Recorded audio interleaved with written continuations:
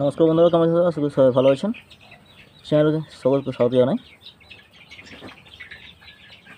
তো আজকে আমার ফার্মে বাচ্চার বয়স 25 দিন হলো। তো আজকে আমি লিভার টনিকটা 3 দিন চালাচ্ছি, 3 দিন হচ্ছে। গত পরশু থেকে শুরু করেছি, আজকে 3 দিন, কাল পর্যন্ত চলবে। তো ওসিমেলটাই ব্যবহার করছি, আগে যেটা ব্যবহার করতাম দেখেছেন।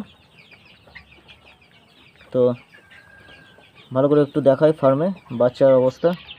বাচ্চার কন্ডিশন আপনারা দেখতে পাচ্ছেন, খুব ভালো। দেখুন,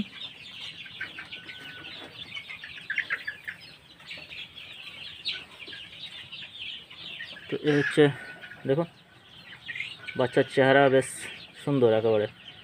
প্রত্যেকটা বাচ্চা চাঙ্গা, একেবারে ফিট, কোনো প্রবলেম নেই। আজকে টেম্পারেচার অনেক কম অন্যান্য দিনের থেকে, হয়তো কোনো দিকে বৃষ্টি হয়েছে। তো লিভার টনিক ওসিমেল 7 ml করে 100 পাখিতে আমি দিচ্ছি। আজকে 3 দিন হলো, কালকে দেবো 4 দিন, 4 থেকে 5 দিন চালালেই হয়। তারপরে ভ্যাকসিন করব। লিভার টনিকটা আমি দিলাম, ভ্যাকসিন বলছি, কৃমি ওষুধটা দেবো 1 মাসে 30 দিন বয়সে। তো তার আগে লিভার টনিক আমি দিলাম। লিভার টনিক দেওয়া দরকার কৃমি ওষুধ দেওয়ার আগে। তো দেখুন, এই বাচ্চা হচ্ছে গ্রোথ, সাইজে খুব ভালো হয়েছে 25 দিন বয়স হিসেবে।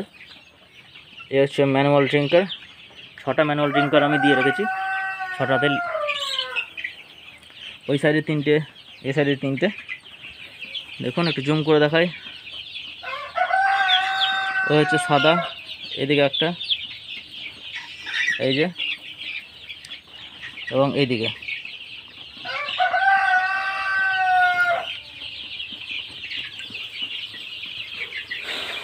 অন্যান্য দিনের থেকে জলটা বেশি টানছে, যেহেতু এবারে বাচ্চাটা একটু বেশি আছে, 1200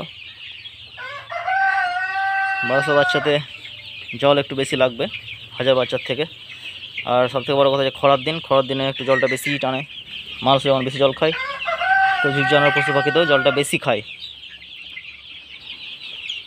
দেখুন একেবারে ফার্মের শেষ মাথা পর্যন্ত আমি খাবারের জায়গা দিয়ে রেখেছি। ওইদিকে 2টো, আর এই লাইনে এই সাইডে 4টে, আর এইদিকে তো আছেই, একেবারে ওই দিক থেকে শুরু করে।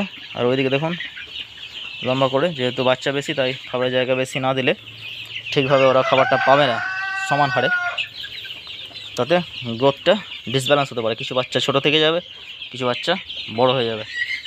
সে কারণে আমি খাবারের জায়গাটা পুরো ফার্মেই দিয়ে রেখেছি। মোট 27টা খাবারের জায়গা আছে, বড় যেটা জাম্বো ফিডার। তো আজকে 25 দিন হলো, মাঝে আমি কোনো ভিডিও বানাইনি, যেহেতু সেরকম কিছু ছিল না বলার জন্য, শেয়ার করার জন্য। তো আজকে ভাবলাম একটা ভিডিও বানাই, বাচ্চার গ্রোথটা কেমন হয়েছে সেটা একটু দেখাই আপনাদের। দেখুন বাচ্চা একেবারে ছুটে বেড়াচ্ছে, খাবার খাচ্ছে, জল খাচ্ছে, কোনো সমস্যা নেই। ভ্যাকসিন 1200 বাচ্চা আমি একাই করেছি, সময়টা একটু বেশি লেগেছিল। দেখুন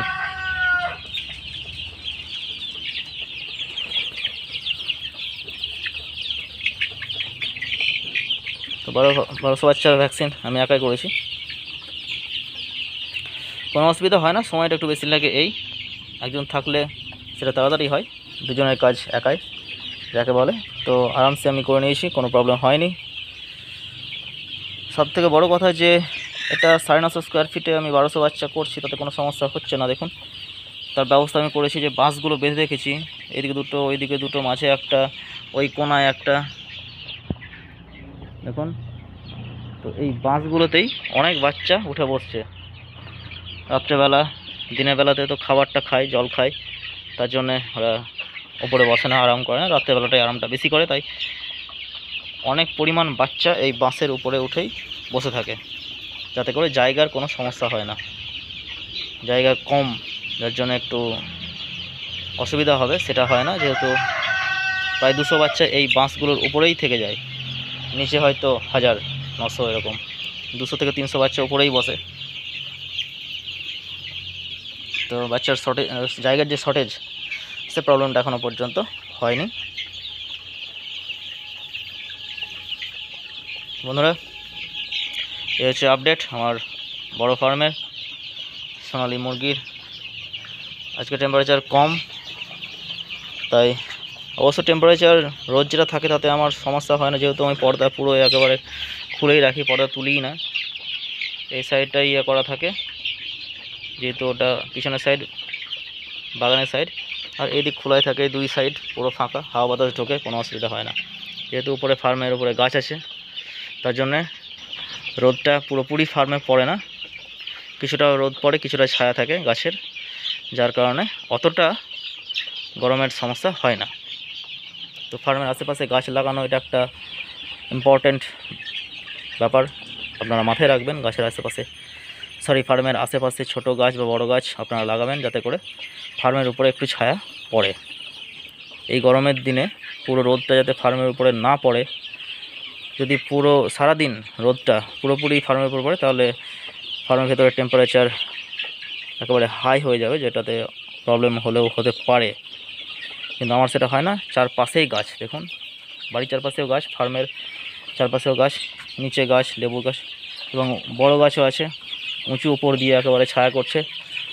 পাশে গাছ আছে, যার কারণে পাশটাও ঠান্ডা, ছায়া থাকছে, ভেতরে রোদ সেরকমভাবে ঢুকবে না, আর উপরেও ছায়া করে রাখে, যার কারণে ফার্মের উপরে ত্রিপলটা অতটা গরম হয় না। এক সাইডে একটু রোদ তো এক সাইডে ছায়া, যার কারণে সুবিধাটা আমার হয়।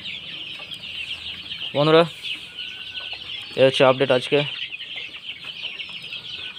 বাচ্চার গ্রোথ কেমন, বাচ্চা কেমন আছে সেটা আপনাদের দেখালাম আমি। দেখুন, তো কমেন্ট করে অবশ্যই জানাবেন যে বাচ্চার স্ট্যাটাস, বাচ্চা আপনাদের কেমন লাগলো, কেমন আছে, কোনো রকম প্রবলেম মনে হচ্ছে কি না, নাকি একেবারে সম্পূর্ণ সুস্থ ফিট, যেটা মনে হয় আপনারা শেয়ার করবেন কমেন্ট বক্সে। বাচ্চার দেখুন কোনো প্রবলেম নেই, ভালোভাবে দেখাচ্ছি, একেবারে পুরোপুরি সুস্থ, কোনো রোগ বা কোনো প্রবলেম অসুবিধা হচ্ছে গরমের কারণে কোনো রকম সমস্যা নেই, বেশ ফুর্তিতে আছে, চাঙ্গা আছে। তো বন্ধুরা, ধন্যবাদ, সবাই ভালো থাকবেন।